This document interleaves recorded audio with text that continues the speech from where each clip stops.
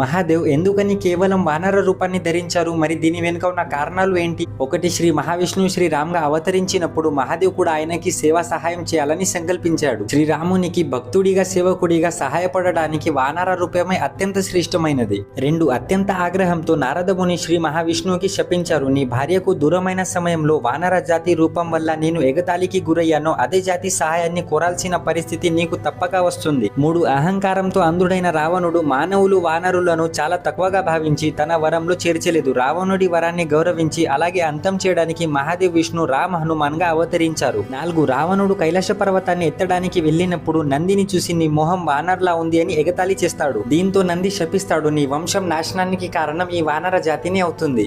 ఐదు, గతంలో అప్సరా ఉన్న అంజనమాత మునిశ్రాపం వల్ల వానర స్త్రీగా మారి మహాదేవుని పుత్రుడి కోసం కఠినంగా తపస్య చేస్తుంది. వాయుదేవ్ ద్వారా మహాదేవ్ దివ్య తేజస్సు అంజనమాత గర్భంలో ప్రవేశపడి హనుమాన్ జన్మిస్తాడు. మహాదేవ్ వానర రూపాన్ని ధరించడం కేవలం యాదృచ్ఛికం కాదు, అధర్మాన్ని అంతం చేయడానికి ముందుగానే రచించబడిన ఒక దైవిక లీల.